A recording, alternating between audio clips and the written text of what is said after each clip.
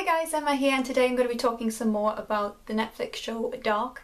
I have done a couple of videos already about the first 2 episodes in the season, basically asking questions that I have come up with myself which I don't know the answers to. I think this is the type of show that really demands like a lot of people to come together and talk about it to figure it out because it's just so complicated. So thank you if you commented on the videos and explained things.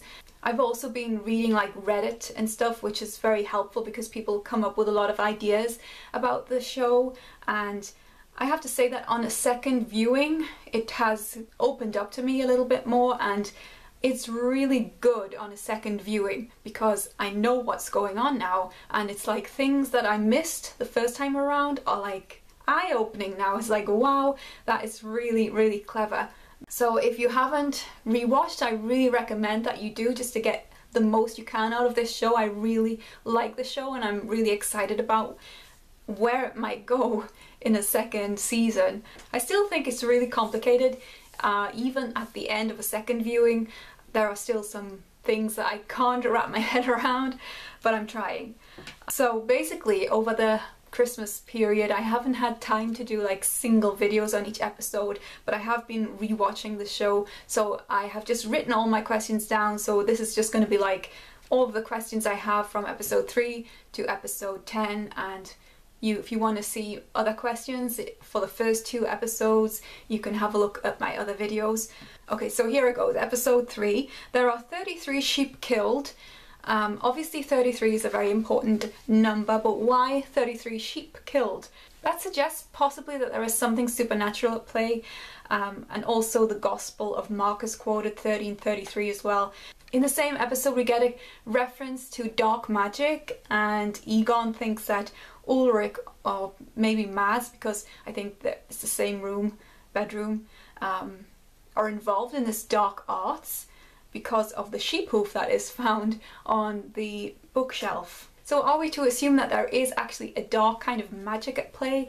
Something that we can't explain, and that is perhaps actually defined as good and evil rather than it just being a scientific element. So in this episode we see that Charlotte started her investigation quite young because she was looking at all the birds and stuff. So does Charlotte know more than she thinks that she does know? I'm really curious in this episode about Regina's story because she has some unusual behaviors both as a child and as an adult.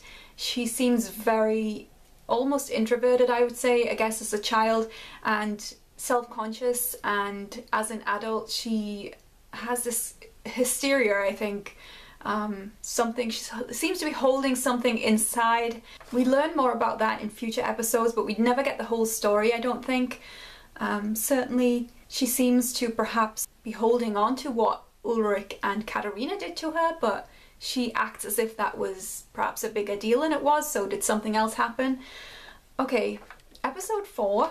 So in episode 4 we learn that the birds that are falling from the sky are different from the birds that are known in the world at the time. Basically they have little white spots on them that shouldn't be there, but the person who is examining the birds say that it could be from radiation because the same thing was seen after Chernobyl. So are the birds actually affected by Chernobyl, or have they been sucked through the time portal from a different era in which they have evolved into this bird with the spots? Were Mikkel/Michael's investigation into the caves and the time travel complete before he killed himself? Just wondering about that. Why did Noah give the watch to Ellie? Why is Noah not introduced earlier in the series? Is there any connection between the boys that have gone missing and the boys that are used in the experiments by Noah? Why are there only boys used and not girls? What is Noah's connection to Peter?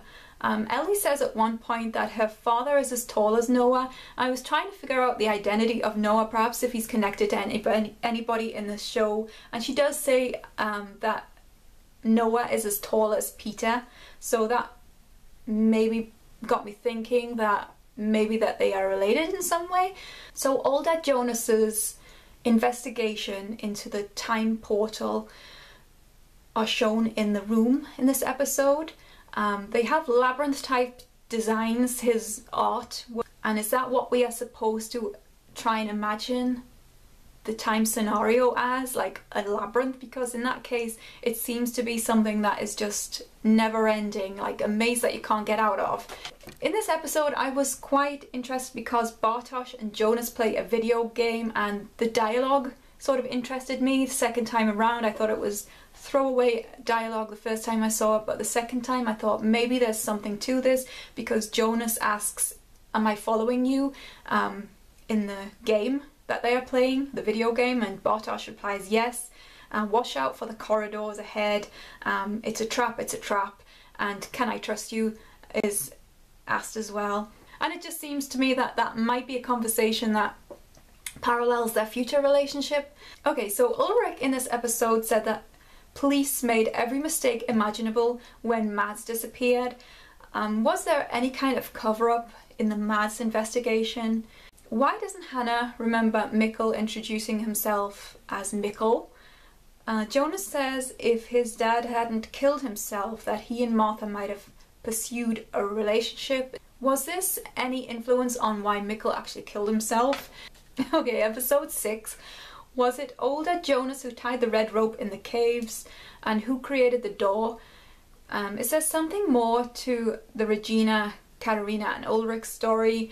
Because as I mentioned before, Regina seems so affected by what happened to her. Even though it was so long ago, she still attacks Katarina in the school, and her behaviour seems affected by what happened to her years ago. So what actually happened? I mean, was it just that they tied her up and left her in the woods, or did something more happen? Did something more terrible happen than that? Okay, so one question I wrote down was, why are the boys left in the open, the dead boys, and why are they left in the same clothes? And in the last episode that I watched, this is sort of explained to some degree, because we see Claudia saying that Mads has to be moved to a place where he is to be found, so I guess that they do it on purpose, but it's a very crude way that they leave all of the dead boys. Episode 7, Jonas says there has to be a sort of balance, a life for a life, in regards to the way that the time portal works. So he says that if young Jonas was to take Mikkel, then he himself would be eliminated. I think that's what he is trying to say. But does it have to be that way?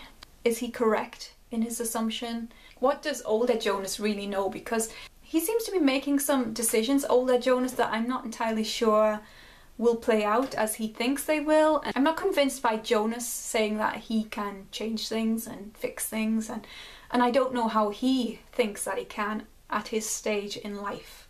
Okay, so what the heck is with that tattoo on Noah's back? So in an earlier video I did ask why there were 2 bunk beds in the room when we only see 1 kid being taken, but that's not true actually.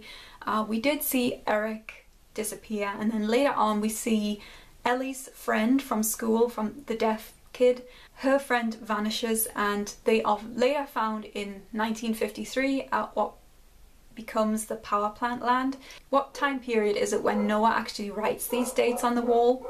We see in episode 8, we see Noah in the room, he writes 2 dates on the wall.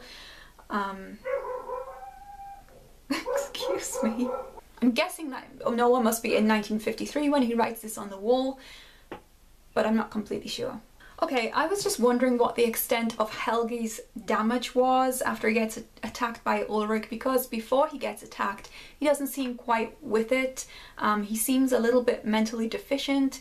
He is not academically gifted. We see that because he does his sums with Claudia and he gets them all wrong, and he also behaves in a strange way collecting all the dead birds, and he says that they are beautiful when they are dead. He seems a little bit off as a kid.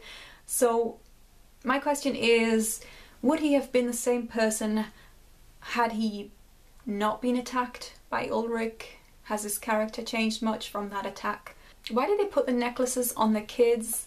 Episode 9, Alexander. What is his story? Could he be from the future?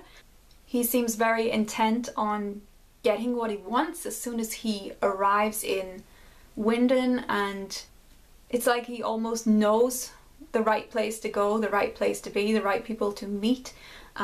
Does Noah have ulterior motives for killing the kids? He spews this religious talk, and yet at the same time he's saying things that suggest he doesn't think there is a God. Does he have like a sick interest in hurting these boys? He also in this episode mentions that the time machine that he has created in this room with the band that burns out all of the kids' eyes, he calls it Noah's Ark, and he himself is Noah, which suggests that Noah might not be his real name. If he has dubbed this the Ark, he might have just labelled himself as Noah. And of course the kids are going 2 by 2. Why are the kids going 2 by 2? I don't understand that. Is that just part of Noah's sick and twisted serial killer type plan, or is it actually something that needs to be done? Is it they are trying to balance things out perhaps?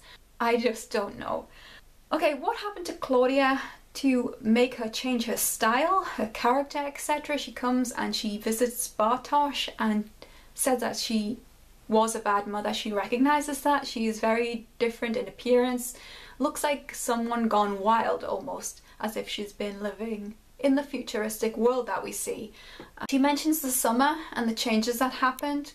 What actually happened? Was she talking about the summer that Mikkel disappeared? And she says she wishes that she could travel in time and erase things, but later we see her actually traveling in time. So this doesn't make sense to me. Does she realize that nothing can be changed? I don't understand what's going on with the barrels. I'm a bit confused about that. What is in the barrels? Episode 10.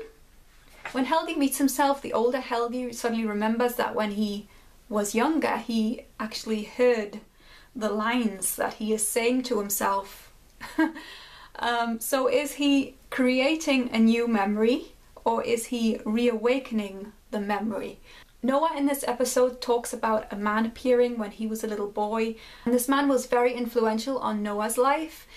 Who was this man? Could it have been Jonas, a time-traveling Jonas?